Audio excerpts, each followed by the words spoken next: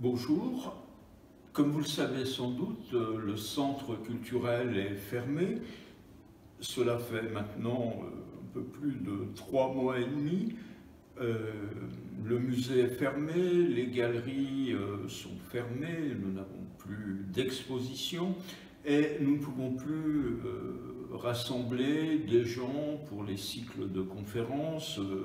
Malheureusement, ça fait bientôt 1 an que les colporteurs de mémoire n'ont pas pu se réunir. On essaye quand même d'être présent. On l'est par notre page Facebook, sur laquelle il y a ce qu'on pourrait appeler nos feuilletons, qui permettent une découverte de la vallée, des vallées voisines, qui permettent aussi d'expliquer un peu les différents quartiers de Moutier, leur histoire, avec du texte, avec des photographies, avec des documents anciens. C'est aussi tout cela une manière de mettre en valeur les archives communales de Moutier, qui sont sans doute une des les plus riches de la Savoie par rapport aux communes. Et on s'est dit, alors c'est votre serviteur qui parle, et c'est Camille, ma collègue, qui est derrière la caméra, qui filme. On s'est dit qu'il serait bien peut-être de se servir d'un autre support, en se servant de YouTube pour mettre des petites conférences comme celle que vous allez découvrir. On essaiera d'alimenter assez régulièrement. Vous pouvez vous abonner à une page YouTube. Et ces conférences, elles partiront des questions que l'on entend très souvent lorsque le public peut venir nous rencontrer. Et la première question, c'est la question qui dit « Moutier, ça date de quand? Quand est-ce que ça a commencé, Moutier ?» Alors, on se doute que quand on a une question de ce type-là, ça nous renvoie à ce qu'on appelle la préhistoire. Et il faut peut-être rappeler quelques repères très généraux. La préhistoire, c'est pas le début de l'histoire de la Terre. Quand la préhistoire commence, la Terre, elle est très vieille. Je ne vais pas vous abreuver de chiffres parce que vous allez zapper très vite, mais simplement les grands points de repère. Le Big Bang, c'est-à-dire quand vraiment tout a commencé, on le situe il y a 13,5 milliards d'années. La Terre, comme le système solaire, puisque tout cela est lié, ça a environ 4,5 milliards d'années. Et les Alpes, on appelle ça une montagne jaune, les Alpes ont commencé leur histoire il y a environ 100 millions d'années. Donc ça veut dire quoi? Ça veut dire que quand les Alpes commencent leur histoire, la Terre est déjà 50 fois plus âgée, 50 fois plus vieille que les Alpes. Mais on n'est toujours pas, il y a 100 millions d'années, dans la préhistoire. Parce que, quel est le critère? La préhistoire, ça commence au moment où il y a l'humain qui apparaît. Et les premiers humains dans les Alpes, c'est il y a environ 100 000 ans. Donc, si on veut faire le rapport entre les premiers humains dans les Alpes et l'histoire des Alpes, c'est comme si on allait découper un segment en 1000 éléments, et pour que l'humain arrive, il faut arriver au 1000e élément. Les Alpes, c'est 1000 fois plus vieux que les premiers humains dans les Alpes. Alors, il y a 100 000 ans, qui sont ces humains dans les Alpes? Eh bien, c'est ce qu'on appelle les hommes de Néandertal. Les hommes de Néandertal, c'est pas nos grands-pères, c'est pas nos arrière-grands-pères, ce sont pas nos ancêtres, mais ce sont des cousins. Ce sont des hominidés, mais qui n'appartiennent pas à la même branche que nous. Alors, pour les préhistoriens d'il y a quelques décennies, Néandertal, c'était la grosse brute sauvage.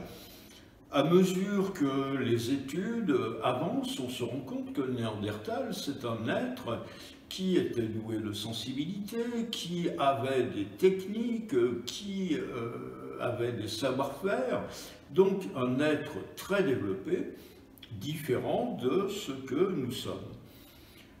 Et puis, il va se produire un phénomène, c'est qu'il y a environ 70 000 ans, va se dérouler la dernière grande glaciation alpine. Alors, quand on dit glaciation, on ne renvoie pas à un phénomène du type « cet hiver, il a fait froid ».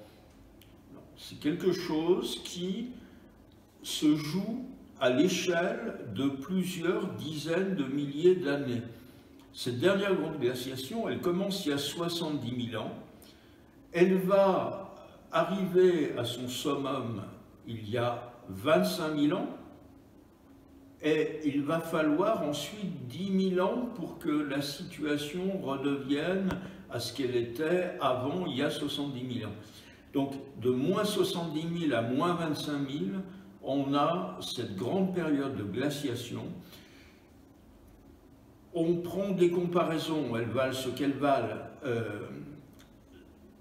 Quand on arrive au maximum, il y a 25 000 ans, on estime que le glacier de l'Isère, puisque nos rivières, nos torrents, ce sont des glaciers qui se sont retirés, le glacier de l'Isère descendait à la hauteur actuelle, en gros, d'une ligne Grenoble-Sisteron. Si Lyon avait existé, le glacier du Rhône aurait entièrement recouvert Lyon. Et c'est la même chose de l'autre côté des Alpes. Le glacier de la Douar recouvrait non seulement le Val d'Ost, mais allait au-delà d'Ivray. Donc, il est inconcevable que pendant cette très longue période, il y ait des humains qui aient pu vivre dans les Alpes. Donc, voilà, il faut se rendre compte de ça. Il y a des humains, il y a à peu près 100 000 ans. Depuis 70 000 ans jusqu'à, on donnera une date plus précise, il n'y en a plus. Alors, quand est-ce qu'on retrouve des humains? Eh bien, on en retrouve il y a à peu près 15 000 ans. Donc, on se rapproche énormément. Alors, sauf qu'il y a 15 000 ans, ces humains, ce ne sont plus l'homme de Néandertal. Parce que l'homme de Néandertal, il a disparu il y a à peu près 30 000 ans. Donc, qui est-ce qu'on va trouver il y a 15 000 ans? On va trouver celui qu'on appelle l'homme de Cro-Magnon. Et l'homme de Cro-Magnon, c'est qui? C'est nous. Nous sommes des Cro-Magnons. Alors, cet homme de Cro-Magnon, il a, bon, c'est son petit nom, mais il a un nom plus savant, on l'appelle Sapiens sapiens. Alors, sapiens, en latin, ça veut dire goûter. Bon, c'est pas l'homme de 16 heures, hein, mais goûter au sens d'apprécier. Et d'une manière plus générale, ça veut dire l'être qui pense.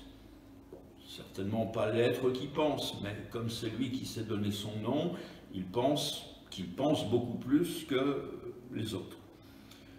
Donc, nous voilà, il y a environ donc, 15 000 ans, cet homme, où est-ce qu'on va le trouver? D'abord, on va le trouver plutôt dans les préalpes, du côté de la Chartreuse, du côté du Vercors, parce que les glaciers ne se retirent que très lentement. Donc, les hautes vallées, dans lesquelles nous sommes, la Tarentaise, la Maurienne, le Val d'Ost, le Faucigny, etc., c'est encore trop glaciaire pour que les hommes puissent y aller.